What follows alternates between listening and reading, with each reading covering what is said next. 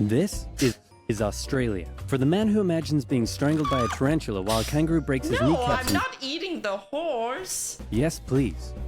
For the man who pictures himself being eaten by a snake in the burning outback while eating a Vegemite sandwich and thinks, yes, please. What's a And that man was Vegemite? Governor The Arthur fuck? Phillip, who landed in eastern Australia in 1788, presumably saw a dingo being eaten by a crocodile, being eaten by a death adder, being eaten by a koala, being eaten by Mel Gibson, and thought to No. himself, yes, We watch the videos on koalas, and that's not true. They only eat poisonous leaves. What if you have no food? You can find food anywhere. You can literally eat bugs, it's protein. And there's a bunch of plants you can probably forage. And then you can, there's literally fish everywhere in the water. Oh, it's a savory spread that's popular in Australia? It's like soy sauce jam? Okay. I've never had that. good. Now I know what you're thinking. But oversimplified, the British didn't discover Australia, the Vikings did. And you'd be wrong. I'm not sure why you'd think that. But hey, if you love Vikings so much, then why don't you check out today's sponsor? Vikings War of Clans was inspired by the PC strategy and RPG games of the 90s we all No! Microtransaction mobile game. That was kind of what the AI voice was saying, indeed, Jack. I really like what they do with those videos, by the way. I think it's so cool that you... Because I really like producing stuff. I'd love to produce, like, small animations for historical video. only from my links in the description box below and get the special bonus of 200 gold coins and a protect. Bro, if you send me, like, a month in the wild... I'll come, like, you guys will come find me after 30 days and I'll have become like the mother of wolves or something. They'll have accepted me into their tribe and be living as one of them. Protective shield. I'm not beating the coyote allegations. Buy! Man, this is great. The market will continue to grow forever. But what if it doesn't? Oh crap, I never thought of that. Sell! And the stock market crashed, which led to economic downturn, which meant banks wouldn't lend anyone any money, which led to more economic downturn, which meant everyone stopped buying stuff, which led to more economic downturn. And hey, what if all the crops in the Great Plains were destroyed in a drought and then a big dust storm engulfed the area?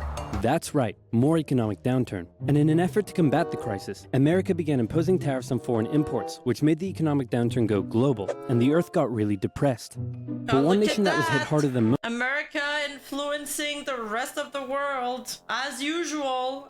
You guys always gotta fuck things up for the rest of us. by the whole affair, Australia. The problem I'm for a pack Australia was that it horse. relied heavily on its export industries, and in the current economic climate, no one was buying. To make things worse, Australia had introduced its own currency and pegged it onto the gold standard via the British pound, but then the UK started messing with its own peg on the gold standard, and if this is starting to sound confusing, then let me oversimplify It is it for you. confusing. Hey UK, looks like my car is broken down. Want to give me a tow? No problem, friend. I got you. Oh. More economic downturn. The point I'm trying to make is things weren't good, and in particular, it was Australia's farmers that were suffering most. After the First World War, Australia had given returning veterans land for farming, but with the current economic crisis, the farmers just weren't making enough money, and many left to go find work in the cities. But for those who remained, things were about to get even worse. Before we get into that, it's time for some background cultural music. exchange. Oh my god, I'm so bad. My national bird is the bald eagle. It's a strong patriotic symbol of America and It's a deeply valued beautiful. and protected species. My national bird is the peafowl. It's a beautiful creature whose vivid colors that's represent also India, beautiful. so we list it as a protected species. My national bird is the emu, and it's a pest. Ew. Also bloody delicious. Oh. Emus, 6 feet tall, 90 to 120 pounds, and able to run at speeds up to 40 miles per hour, usually return to the coast after their breeding season. But suddenly they found Western Australia full of lush, wet farmland. Oh my, look at all this delicious wheat that just so happens to be growing here in large quantities. Hey guys, get a load of this. You know mine. Look at all this delicious wheat that just so happens to be My father grows a lot of vegetables and stuff in the garden, and because we have a lot of wild animals that came and ate the fruits, he got some really spicy jalapenos and he hid them inside the tomatoes, and then they never came back. Oh yeah, that's really good. Oh yeah, you're right. Grains every day. Hey, who left this big hole in the fence? Guys, get a load of this. Oh wow, it's really good. Oh yeah, that's what I am. Great.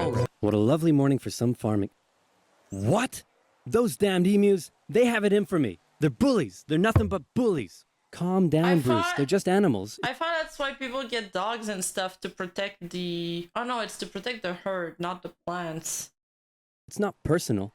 Hey, Farmer Bruce. How fast is 40 kilometer? In kilometer? I thought it was 40 kilometer per hour. Where did you find that hat? The toilet? Whoa. Yes. 20,000 emus cost the already struggling farmers millions more pounds in lost crops and damages. The situation couldn't continue like this. Something had to be done. So in 1932, the farmers turned to the government for help. You'd think they'd Wait, go you to the guys think dogs couldn't be able to fend off emus? Emu? Really? Minister of Agriculture, but these farmers said no.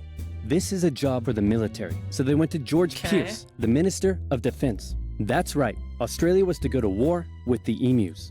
But not everyone was happy with the idea. This is barbaric. We can't go slaughtering thousands of our own national bird. Oh, come on, guys. The machine guns will make it quick and painless. Machine guns? You're using machine guns? Emus are big, but they're bird. They're literally birds. I've never seen a bird that was smart.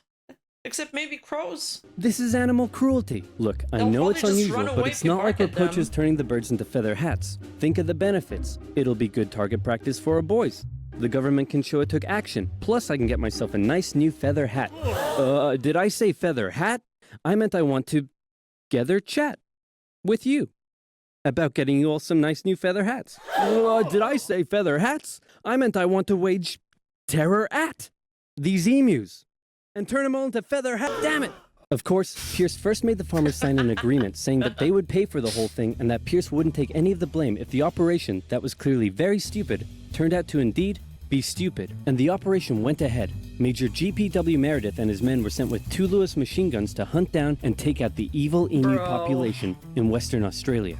Target spotted. Well, was it an emu? No, sir. It's an emo. Damn it, Jones. Learn your vowels. I'm sorry. Okay, it looks like the humans are coming for us. But check this out. I've come up with an amazing plan. See if you can follow me here, okay? When they approach, we run away.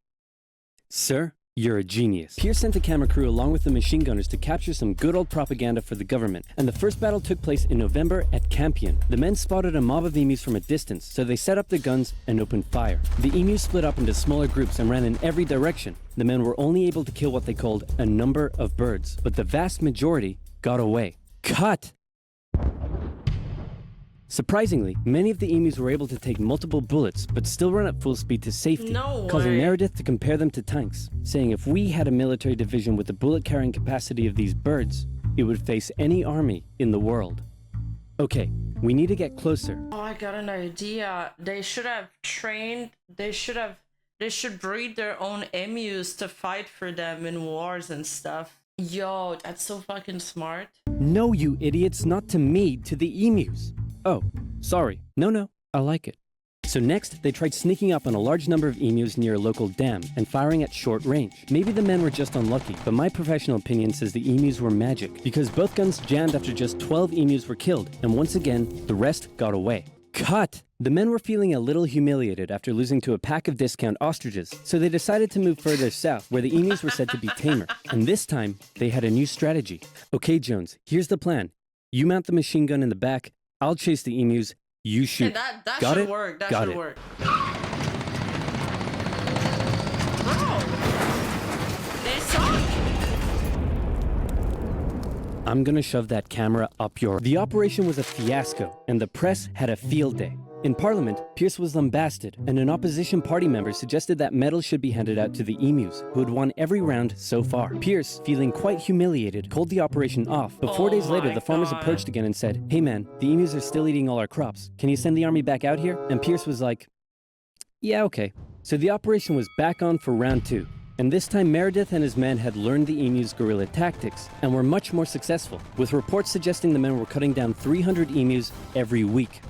I hope you boys are getting great footage of this. What on earth are you filming? Despite the success, the media had Oh my lost interest in God. the whole thing. But with 1,000 emus killed, Pierce finally ended the operation and returned to Parliament declaring victory for the humans. So there were 20,000 emus out there destroying crops, and you've killed 1,000. Meaning there's still 19,000 emus out there. Yep. And in addition, you've burned through 10,000 rounds of ammunition. Meaning you wasted 10 rounds per confirmed kill. That's right. Yeah, I'm gonna go ahead and call this one for the emus. I mean, At least I got a feather hat. What? So in the end, the emus won the Great Emu War of 1932, and the emus continued to wreak havoc on the farmers for years to come.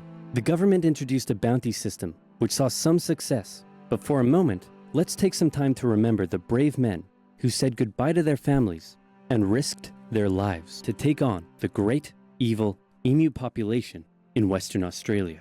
But even more importantly, let's think of the friends they made, the bond they created, and the memories they shared. I don't believe this story. It's fake. Bro, there's no way. Just get a cowboy on a horse and he's gonna shoot the emus. I don't get it. It can't be that hard. There's no way it's that hard. How fast do they run? 40 kilometers an hour? That's like your car when you're stuck in traffic. It can't be that hard. To golden fields and sights of days gone by. It's where the heart lies with stories on. Hey, guys, I solved the emu crisis. Really? How? I just made some better fences. Yeah, that too.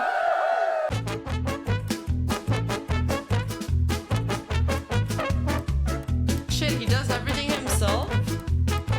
Wow. Yeah, but I mean, also, I don't think they should destroy all the bears. They're gonna become endangered. They're gonna become endangered species. They shouldn't destroy all the birds. That's messed up. Oh, they were very certain the bullets of the times aren't that efficient.